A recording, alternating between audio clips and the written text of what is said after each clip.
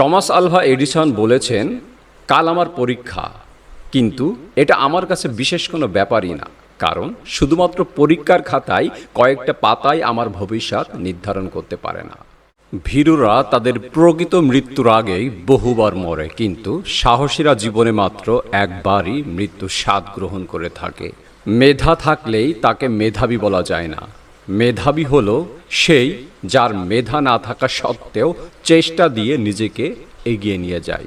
স্বপ্ন সেটা নয় যেটা মানুষ ঘুমিয়ে ঘুমিয়ে দেখে। স্বপ্ন সেটাই যেটা পূরণের প্রত্যাশা মানুষকে ঘুমোতে দেয় না। মানুষ পরাজয়ের জন্য সৃষ্টি হয়নি, তাকে হয়তো ধ্বংস করা যায়, কিন্তু হারানো যায় না। এই পৃথিবী কখনো খারাপ মানুষের খারাপ কর্মের জন্য ধ্বংস হবে না। যারা খারাপ মানুষের খারাপ কর্ম দেখেও কিছু করে না, তাদের জন্যই পৃথিবী ধ্বংস হবে। আপনি যদি গরিব হয়ে জন্ম নেন তাহলে এটা আপনার দোষ নয়, কিন্তু যদি গরিব থেকেই মারা যান তবে সেটা অবশ্যই আপনারই দোষ। বিখ্যাত না হয়েও জীবন কাটালেও সুন্দর জীবন কাটানো সম্ভব, কিন্তু জীবনের মতো জীবন না কাটিয়ে বিখ্যাত হওয়া কখনোই সুন্দর জীবন হতে পারে না। অসহায়কে অবজ্ঞা করা উচিত নয়, কারণ মানুষ মাত্রই জীবনের কোনো না কোনো সময় অসহায়তার শিকার হবে।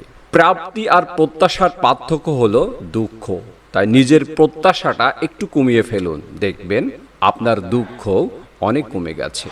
একজন আহত ব্যক্তি তার যন্ত্রণা যত সহজে ভুলে যায়, একজন অপমানিত ব্যক্তি তত সহজে অপমান ভোলে না।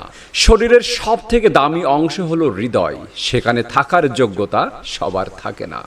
টিয়া পাখির মতো মুখস্থ করে বড় বড় সার্টিফিকেট অর্জন করে বড় বড় চাকরি পাওয়াকে শিক্ষা বলে না।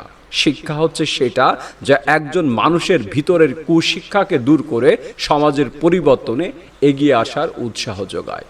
যদি খুব ভালো কিছু করতে না পারো, তবে ছোট ছোট কাজ খুব ভালো করে করো। যে দেশে দেশপ্রেমিকের চেয়ে জ্ঞানীগুণী বেশি জন্মায়, সেই দেশে শান্তির চেয়ে অশান্তি বেশি থাকে। অন্যকে বারবার ক্ষমা করো, কিন্তু নিজেকে কখনোই ক্ষমা করিও না। যে ব্যক্তি একজন মুসলমানের দোষ গোপন করবে, আল্লাহ দুনিয়া ও আখিরাতে তার দোষ গোপন করবেন। কেউ সম্পূর্ণ আপনার মতো হবে না, একইভাবে আপনিও কারো মতো হবেন না। দুজনের মধ্যে কিছুটা পার্থক্য থাকবেই, আর এই পার্থক্যটুকুই হলো ধৈর্য। যারা কাপুরুষ তারা ভাগ্যের দিকে চেয়ে থাকে, পুরুষ চায় নিজের শক্তির দিকে।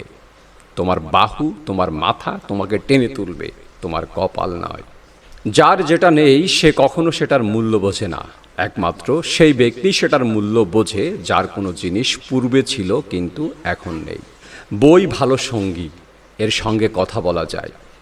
বই সব উপদেশই দেয়, কিন্তু কোনো কাজ করতে বাধ্য করে না। স্কুলে যা শেখানো হয় তার সবটুকু ভুলে যাবার পর যা থাকে তাই হলো শিক্ষা। প্রত্যেককে বিশ্বাস করা বিপজ্জনক, কিন্তু কাউকে বিশ্বাস না করা আরও বেশি বিপজ্জনক। ইগো হলো শয়তানের একটি বড় হাতিয়ার, যা অনেক বুদ্ধিমান ও যোগ্যতা সম্পন্ন মানুষদেরকেও খুব দ্রুত বিপর্যয়ের দিকে নিয়ে যায়। সার্টিফিকেট বাড়ছে মানে এই নয় যে দেশ ভারমুক্ত হচ্ছে। এ দেশে সার্টিফিকেট বাড়ছে মানে শিক্ষিত বেকারের সংখ্যাটাও ভারী হচ্ছে। যখন আমরা আমাদের পক্ষে যথাসাধ্য চেষ্টা করি, তখন আমরা কখনোই জানি না যে আমাদের জীবনে বা অন্যের জীবনে কি অলৌকিক ঘটনা ঘটেছে। জীবন একটি মুদ্রার মতন, আপনি এটি আপনার ইচ্ছা মতো ব্যয় করতে পারেন, কিন্তু আপনি এটি শুধুমাত্র একবার ব্যয় করেন।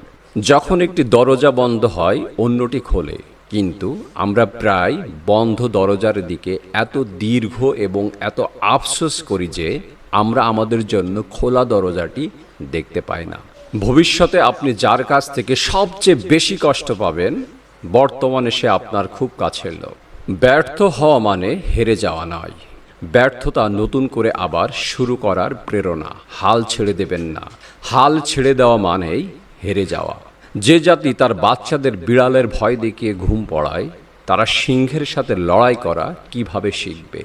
জীবন চলার পথে বাধা আসতেই পারে, তাই বলে থেমে যাওয়ার কোনো অবকাশ নেই। যেখানে বাধা আসবে সেখান থেকেই আবার শুরু করতে হবে।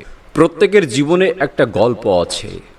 অতীতে ফিরে গিয়ে গল্পের শুরুটা কখনো পরিবর্তন করা সম্ভব নয়, কিন্তু কঠোর পরিশ্রমের মাধ্যমে তুমি গল্পের শেষটা চাইলেও নতুন করে সাজিয়ে তুলতে পারো। প্রত্যেকের জীবনে একটি গল্প আছে। অতীতে ফিরে গিয়ে গল্পের শুরুটা কখনো পরিবর্তন করা সম্ভব নয়, কিন্তু কঠোর পরিশ্রমের মাধ্যমে আপনি গল্পের শেষটা চাইলে নতুন করে সাজিয়ে তুলতে পারেন। সবচেয়ে কঠিন কাজ হচ্ছে নিজেকে চেনা, এবং সবচেয়ে সহজ কাজ হচ্ছে অন্যদেরকে উপদেশ দেয়া।